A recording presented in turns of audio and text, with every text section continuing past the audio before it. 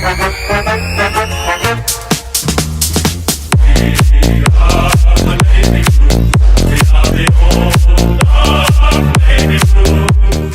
to another episode of Baggers Chat. Ethan here to review the 10-point victory over the GWS Giants. 9 goals, 20-74. Carlton defeated the Giants 9 goals, 10-64 at Giants Stadium. Initial thoughts of the game, take the 4 points. You got to take the 4 points, especially this time of the year. We're still undefeated, which is quite ridiculous, and I feel like we haven't even played our best footy yet. We played very well against the Cats, but I feel like we've got a few more gears to go. But in terms of the first 3 weeks, you got, the Richmond game, we were pretty poor for 4 quarters and, took the draw home. Second game against the Cats was a great performance, but we still, could have played better. Got the win there. And then obviously on Saturday afternoon, we got the 4 points. Luckily, it was a bit of a heart attack in the end, but once again, the start of the year is huge. Banking in 4 points is massive. Look at sides like the Saints, Collingwood right now. I think us three are the top 3 currently. The only 3 undefeated teams, and at this time of the year, it takes the pressure off big time. And there's no talks about coach pressure or like teams like Freo who are under the pump, and Port Adelaide who are under the pump. So I think, with this game, it was just really frustrating that we couldn't convert our chances, especially in that third quarter. For me personally, I thought we were really on top in that third quarter. I think we had 15 inside 50s, which led to 5 scores, which were behinds. We didn't kick a goal in that third quarter, and I don't think we kicked a goal until probably halfway through the 4th, which was the descent free kick against Caniglio, which was very interesting, but we'll take it. But honestly, the game should have been over at 3/4 time. We can't keep putting ourselves in this position, because when we face a really good side and we should be putting them away, those teams won't give you a second chance, like the Giants did in the back end of the 4th quarter, and they'll overrun you, which I thought could have happened. Definitely would have happened 2 years ago, which is a positive. So my next point leading up to that is the system really held up well. Considering we went down late in the last quarter, we still found another gear. After that Daniels goal, obviously most of us were pretty worried, I'd imagine. But I felt like we could still get the job done. In previous years, especially 2021 and prior to that, those games where the Giants kick on and kick 4 and just really put us in the ground after we've just wasted complete momentum in the second and third quarters. So system held up well. Defensively, apart from the first quarter, we were superb. Obviously Nick Newman had his role on Toby Green that I'll touch on later, but I thought our defence really held up well, and they didn't really have any impact going forward, especially their tall forwards. Apart from that first quarter, I think a few of their mids kicked goals. Daniels kicked a couple. Callum Ward had a few chances, but I felt like their key forwards, obviously Hogan kicked one early, but I felt like we held up really well defensively. And my 4th point, building into the season. Good teams build in the year. They don't peak at the start of the year. You look at the Cats in 2022, we were above them for majority of probably the first half of the season.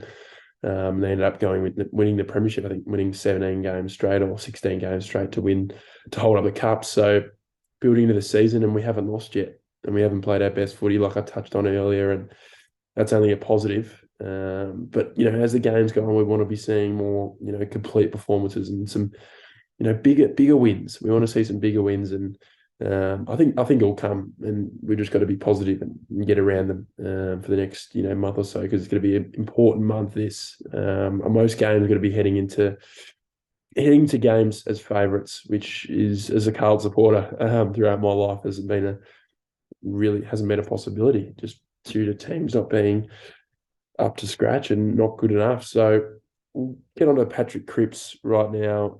For me, he was best on, not by a long way. I thought Nick Newman and Doc were fantastic as well, but his dominance in the contest, he had 42 touches, 20 contested, 13 clearances, 563 metres gained. I think, first two rounds, especially, I think he had 25 plus round one and two, but wasn't really talked about as much as, Charlie Curno's or Lewis Young's performance round one. But he's had some very solid performances round one and two. And I knew that I was going to come. I knew there was going to be a 35 plus disposal game. And he's he's pulled out even bigger with 42 touches, which was quite ridiculous. It was a captain's performance. The conditions suited him a lot. I thought it was pretty scrappy, and the deck didn't look very good at the start of the game. I think because the twos playing there looked a bit chopped up, and it was a bit damp, and those are perfect conditions for Paddy Cripps getting in and under, getting it out to Cheras, who I thought was Chera, who was good, Doc, and our other mids. I thought he was superb. 20 contesteds, ridiculous numbers. 13 clearances. He's a contested beast, but winning those clearances, getting us inside 50s to our three talls in TDK, Harry and Charlie, and also our smalls who I will touch on later, who were superb again. And with Cripper, I just think it's people have a crack at his ball use, but I thought his ball use was very good the other day. I think it was. I know, clearance work, it's, really base it off disposal efficiency, but I thought he was very good with ball in hand, especially even in the first 2 weeks. He's been very, very good with his ball use, and he's developing that by the day. And if for Brownlow medalists is developing those skills, it's going to be scary come at the back end of the year when it's his time to really shine. So great performance by Cripper, really led from the front, and he had the ball in a string. It just became a bit of a joke, didn't it? He just kept getting the ball, and it was just fantastic to see from him. And he deserved a big game. He really played solid roles in the first two games of the season, and he was just building into the season like the team is. So a fantastic performance by him. The next point I'll touch on, we touched on it last week, but just the improvement of game management. Obviously, it was frustrating we didn't put the game away in the third quarter, which I think we should have. But despite going down in the fourth quarter from that Daniels goal, we found another gear to go on and win the game. I know a lot of people saying it's through that descent goal, but personally, I just think we found that extra gear, and the system really held up well in terms of behind the footy, but also ahead of the ball. Obviously, we've got a special player up in Charlie Curnow kicking the sealer, which was massive, and that's what he's there for. That's his job, and kicking a great goal. But I just feel like even at the back end of throughout last year when we won close games, and especially the last 2 weeks, we've not held on, but you're comfortable at a 10-point lead rather than worrying at a 10-point lead in the past. So game management's getting better by the game, and hopefully come Good Friday we don't have to be worrying about game management, and we can get a bit more of a hefty lead, hopefully, touch wood, but you never know with this football club. The next point, small forwards were vital once again. Jesse Mollop probably played one of his best games in navy blue. Just looking at his stats, 17 touches, 3 marks, 2 tackles, 2 goals. That is, that's a small forwards game, and that's what you want out of him.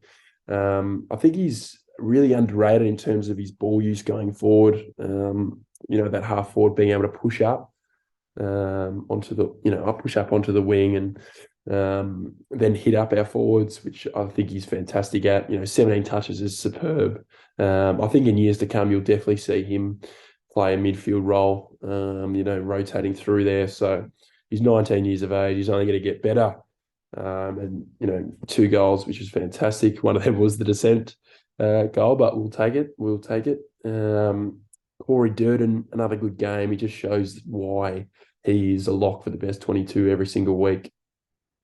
8 disposals, 6 tackles, which is enormous. 1 goal. I think he's one of those players where his stats don't often reflect his game. I think the pressure he puts on their defenders, especially that big hit he had on Nick Haynes, which was enormous. Just putting pressure on them all game, being there, just not letting them get out of the D50. easily, which we did in that first quarter. Really struggled transition. They got a lot of goals out of transition from turnovers in our forward 50. So those guys are incredibly important. And then our next small forward, unfortunately, Matty always went down with a hamstring. Hopefully that's a quick recovery for him, because he's been in great form despite only playing 28 minutes of the game. He had 4 touches, 2 marks, and 2 goals. And I think he was someone we really missed in that third quarter, just to settle it down and just kick a couple goals, because our tools weren't impactful enough, in my opinion. I thought Charlie was good in instances, but I think Harry really struggled. But yeah, with he's 28 minutes and he's kicking 2 goals is superb. And I think he kicked 3 goals the week before. So hopefully he's not out for too long, because he's incredibly important in this best 22 for us. And in that little small forward kind of mosquito fleet, they're working really well together in the last 2 weeks, with the addition of Durden coming back from his injury after round 1. So it's fantastic to see. Next point, I touched on him a little bit earlier, but Toby Green is in Nick Newman's pocket on Saturday afternoon. He was superb, Nick Newman. He was probably best on ground, up there with Cripper, in my opinion. So Nick Newman's stats: 24 disposals, 11 marks, 88% efficiency, 4 tackles. It's just a superb game from a guy who's so underrated. He's probably the most underrated guy on our list, and has been for the last 4 or 5 years since he moved across from the Swans. He was very underrated there as well. So his role is often tough. He has to take probably the best small forward. He can play tall as well, but his opponent in Toby Green is he's no name, is he? He's the skipper of the Giants, and he's a superb player. I rate him very highly, and he probably had one of his least impactful games of his career. And that's pretty much because of Nick Newman's impact on him, and, not enabling him to really have an impact on the game. He had 5 touches, 1 goal, 2 marks, and that goal came probably midway through the last term. And it was just taking a guy like that out of the game is incredibly hard for 4 quarters. I'd take it for a half, but that's 4 quarters where he's taken out an absolute A grader in Toby Green. So hats off to Nick Newman, and I can really back him in against a really good small forward, and he's had a really good start to the year, Newey. So it's good to see another player. I know we're looking at a lot of players as a team. Obviously, I kind of touched on that earlier. I think we just need to be converting better across the board. But we are building. But this next player, I thought he really stood up. Not like he struggled last week. I just thought, he's in his normal role at half forward, being that connecting player. And that's Jay Sauce. I thought it was a brilliant performance, especially in that first half. He really kind of took the game by the scruff of the neck very early on. And obviously he had ended up with 19 disposals, 9 marks, 9 score involvements, and 1 goal, that's what you want out of a guy like him. He provides pressure up forward. He was taking some crucial marks at half forward. I don't think people realise how important marks are at half forward. It really gets the momentum going, because when you drop those marks and goes back down the other end, Giants forward line, it's just a momentum killer if you're not taking those marks. But he took 9 of them. 9 score involvements. We only had 9 goals, but probably should have had more. So another brilliant performance by Jay Sauce, and it's just good to see him not being in that ruck role, which I think really hampered his performance last year. He was good last year, but he's able to roam free, I guess, in a sense. So a brilliant performance by Jay Sauce, and looking forward to how he goes on Good Friday under the roof. And finally, it's a bit of a more negative kind of point, and it was a bit of a soft one in my opinion. And Blake Acres, with a 1 week, he was charged with a rough conduct by the match review officer, so a 1 week suspension. But about an hour ago, before filming this, Carlton have revealed they are appealing it. So the good thing about that is hopefully that's good news on his shoulder, because obviously he was in serious pain for most of that game. I thought he was superb, considering he was kind of carrying that shoulder for most of the game. So hopefully that's good news on his shoulder if we are appealing, because I think we would not be appealing if he was going to be out the week anyway. So good news. Hopefully he gets off. I think he will get off. I think it was pretty unlucky in the first place to get suspended. It's a touchy subject these days. You don't really know. It's not clear. It's not clear enough. And obviously with next week, Griffin Logue also got a week, but he's challenging that. So both of those ex-Freo players who are versus each other on Good Friday are challenging those calls. Now we're just going to go on to the best player. I touched on my best player earlier in Paddy Cripps, but Paddo shot me a message after that heart attack game. He said Nick Newman was best on for him. I agree. I think it was between him and Cripper. I thought Newman probably, in terms of real impact, was probably the most, but he was just absolutely superb. But yeah, that's the end of the review of the GWS win over the Giants. And geez, it was a close one, but we got over the line. We'll take the 4 points heading into Good Friday. If you enjoyed the video, smash the like button, subscribe, check us out on Spotify, Instagram, Facebook. We've got it all that we usually touch on. But I'll be doing a Good Friday match preview in the next few days. Hope you're all going well and hope your week goes well. And up the Baggers.